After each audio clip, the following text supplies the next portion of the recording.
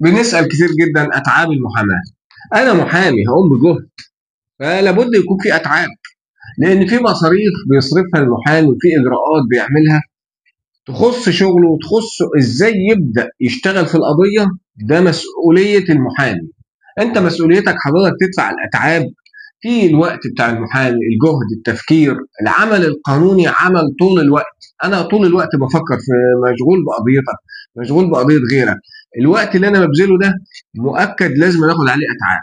فما تسألنيش أنت طب الأتعاب ليه كبيرة؟ طب الأتعاب إيه؟ لا، الأتعاب دي جهد وعرق وتفكير وعصارة فكر وقراية وحاجات كتيرة قوي. مش هنقدر نقعد كل يوم نتكلم فيها ونشرحها هي ليه الأتعاب. فأتعاب المحاماة ديت خط أحمر.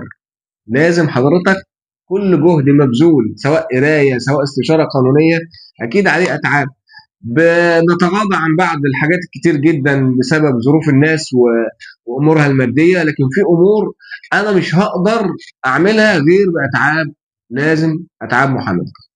وشكرا.